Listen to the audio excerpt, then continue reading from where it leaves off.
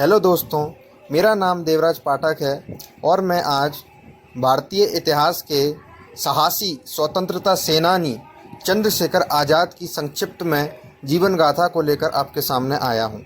लोकप्रिय स्वतंत्रता सेनानी चंद्रशेखर आज़ाद का जन्म 23 जुलाई 1906 को मध्य प्रदेश के झाबुआ जिले के भावरा नामक स्थान पर हुआ। आज उनका जन्म स्थान भावरा अब आज़ाद नगर के रूप में जाना जाता है। उनके पिता का नाम पंडित सीताराम तिवारी एवं माता का नाम जगदानी देवी था। उनके पिता ईमानदार, स्वाभिमानी, साहसी और वचन के पक्के थे। यही गुण चंद्रशेखर को अपने पिता से विरासत में मिले। चंद्रशेखर आज़ाद 14 वर्ष की आयु में बनारस गए और वहां एक संस्कृत पाठशाला में पढ़ाई की। वहां उन्होंने कानून भंग आंदोलन में योगदान दिया। 1920 से 21 के वर्षों में वे गांधी जी के असहयोग आंदोलन से जुड़े। वे गिरफ्तार हुए और जज के समक्ष प्रस्तुत किए गए, जहां उन्होंने अपना नाम आज़ाद, पिता का नाम स्वतंत्रता और जेल को उनका निवास बताया। उन्हें 15 कोड़ों की सज़ा दी गई। हर कोड़े के बार के साथ उन्होंने वंदे मातरम और महात्मा गांधी की जय का स्वर बुलंद किया। इसके बाद वे सार्वजनिक रूप से आज़ाद कहलाए। जब क्रांतिकारी आंदोलन उग्र हुआ तब आज़ाद उस तरफ खिंचे और हिंदुस्तान सोशलिस्ट आर्मी से जुड़े। रामप्रसाद बिस्मिल के नेतृत्व में आज़ाद ने काकोरी षड्यंत्र में सक्रिय भाग लिया और पुलिस की आंखों में धूल झोंककर फरार हो गए।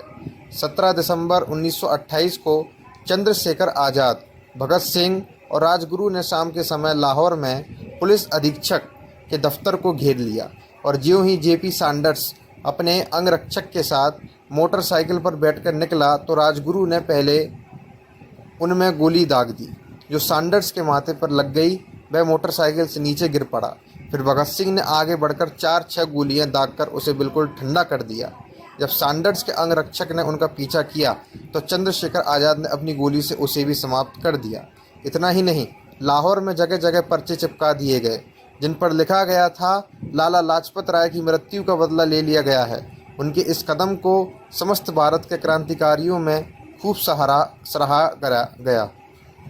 अल्फ्रेड पार्क इलाहाबाद में 1931 में उन्होंने रूस की बोल्शेविक क्रांति की तर्ज पर समाजवादी क्रांति का आह्वान किया।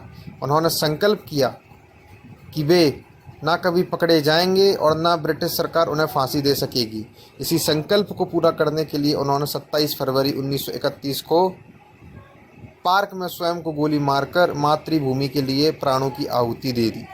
तो कुछ ऐसे महान शख्सियत थी हमारे भारतीय इतिहास की, क्रांतिकारियों की, जिनकी वजह से आज हम वर्तमान भारत में रहकर अपने अधिकारों का जश्न मना रहे हैं, अपनी आज़ादी का जश्न मना रहे हैं और हम इतने स्वतंत्र हैं कि आज हम अपनी इच्छा अनुसार बहुत कुछ कर सकते हैं।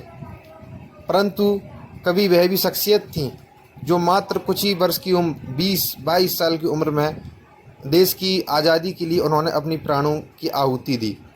तो ऐसे ही क्रांतिकारियों की जीवन से जुड़ी कहानियाँ और कई क्रांतिकारियों और ऐसे इतिहास के लोगों की मैं जीवन की घटनाओं को आपके सामने प्रस्तुत करता रहूँगा। जय हिंद।